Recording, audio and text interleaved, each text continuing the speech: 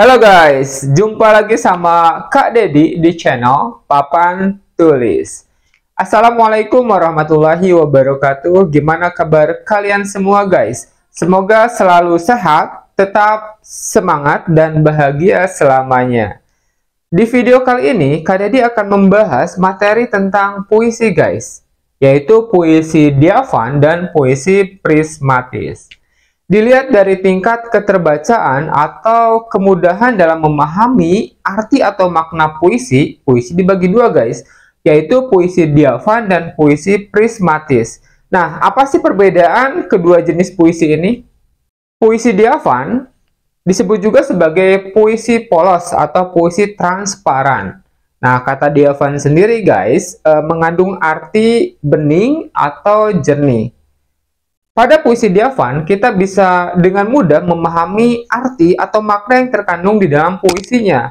Karena kalimat yang digunakan adalah kalimat-kalimat yang sederhana, yang seringkali digunakan dalam percakapan keseharian. Kemudian penyair juga cenderung tidak menggunakan kata-kata yang bermakna kias atau konotasi. Contohnya saja dengan tidak menggunakan kalimat bermajas, ungkapan, kata-kata perlambang, atau bentuk lainnya. Nah, biasanya puisi Dyavan ditulis oleh orang dewasa yang diperuntukkan bagi anak-anak, atau biasanya ditulis juga oleh penyair pemula. Berbeda hanya dengan puisi Dyavan, puisi prismatis cenderung lebih sulit untuk dipahami arti atau makna yang terkandung di dalamnya guys.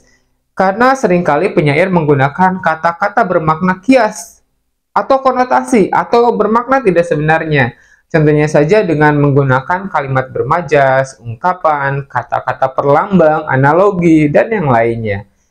Oke deh guys, biar kalian bisa lebih mudah memahami kedua jenis puisi ini, yuk kita analisis beberapa contoh puisi, apakah puisi-puisi tersebut termasuk ke jenis puisi Dyavan ataukah prismatis.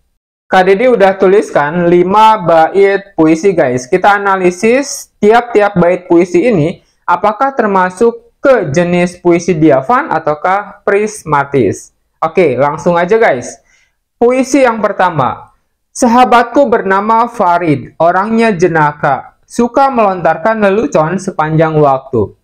Kalau dilihat dari tiap larik bait puisi ini guys, sahabatku bernama Farid, orangnya jenaka, suka melontarkan lelucon sepanjang waktu. Si penyair mendeskripsikan bahwa dia punya seorang sahabat atau teman namanya Farid. Dan dia juga menggambarkan sifatnya. Sifatnya itu jenaka atau lucu guys. Dilihat dari perilakunya yang suka membuat lelucon sepanjang waktu. Tidak ada penggunaan kalimat bermajas ataupun analogi ataupun ungkapan guys.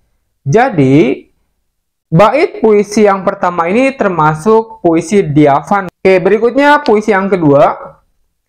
Aku membeli topi, pedagangnya sudah tua. Setiap hari membawa berlusin-lusin topi di keranjang. Dilihat dari diksi, kemudian kalimat yang digunakan dalam tiap larik puisi ini guys, tidak ada kata yang bermakna kias atau konotasi. Semuanya lugas, maknanya bisa langsung kita pahami guys. Mengisahkan bahwa si penyair ini membeli topi dari pedagang yang usianya sudah tua. Nah, si pedagang itu membawa banyak topi, jumlahnya berlusin guys, yang ditempatkan di sebuah keranjang. Oke, jadi puisi yang kedua juga sama dengan yang pertama, termasuk jenis puisi Dyavan. Sekarang kita analisis puisi yang ketiga guys. Setelah 10 tahun aku melihatnya lagi, tubuhnya seperti daun yang dimakan ulat.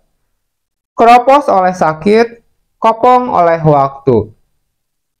Oke, kita analisis per kalimatnya atau per larik puisi ini guys. Setelah 10 tahun aku melihatnya lagi, artinya si penulis itu sudah cukup lama ya. 10 tahun tidak melihatnya lagi itu sudah cukup lama guys. Tubuhnya seperti daun yang dimakan ulat. Si penulis mengibaratkan kondisi tubuh orang yang dia temui itu seperti daun yang dimakan ulat. Kita bayangkan daun yang dimakan ulat itu kondisinya seperti apa? Bolong-bolong, sudah rusak guys.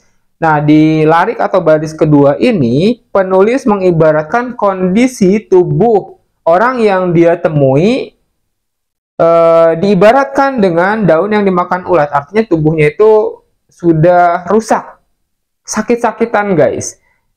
Di larik yang ketiga, keropos oleh sakit, ya artinya tubuhnya itu sudah rusak atau sudah sakit-sakitan. Kopong oleh waktu, juga dimakan oleh usia. Jadi ya sudah tua juga sakit-sakitan guys. Nah, berarti yang ketiga ini karena mengandung kata kias atau konotasi, termasuk jenis puisi prismatis. Berikutnya, puisi yang keempat. Hidupku berjalan seperti siput. Aku ingin berlari, tapi yang ku mampu hanya merangkak. Kita analisis per larik puisi ini guys.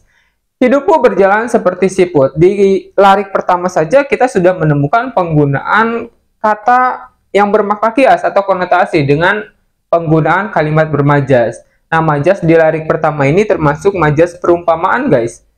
Karena mengumpamakan atau mengibaratkan hidup si penyair atau si penulis ini seperti gerakan siput guys, lambat. Mungkin hidup si penyair ini apakah itu di bidang ekonomi atau yang lainnya, jadi berjalan lambat guys.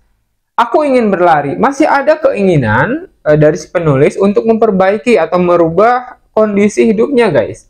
Mungkin kalau dari sisi ekonomi, ketika mendapatkan kesulitan ekonomi, dia punya keinginan untuk sukses, untuk maju guys. Tapi yang ku mampu hanya merangkak. Nah, maksud merangkak di sini bukan gerakan seperti bayi guys, bukan. Maksudnya, secara kemampuan dia tidak memiliki kekuatan atau kemampuan yang memadai untuk bergerak cepat guys.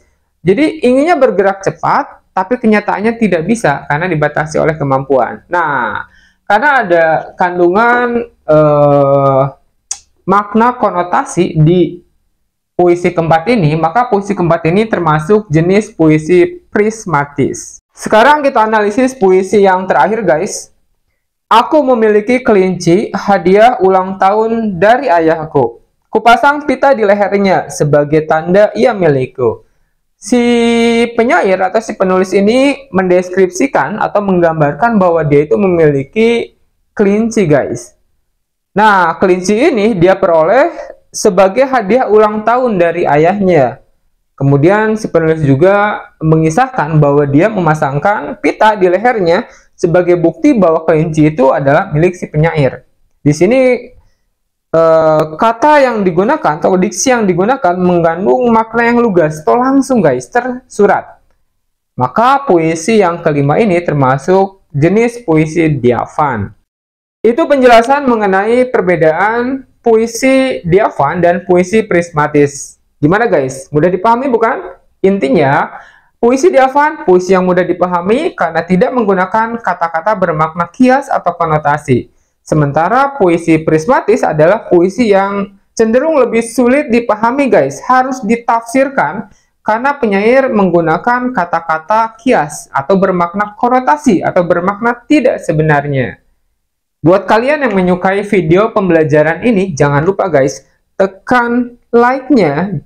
Dan buat kalian yang baru menyimak atau menonton video pembelajaran dari channel Papan Tulis, jangan lupa guys, tekan subscribe-nya, juga loncengnya, biar jika ada video-video pembelajaran terbaru lainnya, kalianlah yang pertama kali mendapatkannya. Sampai berjumpa lagi di video-video berikutnya.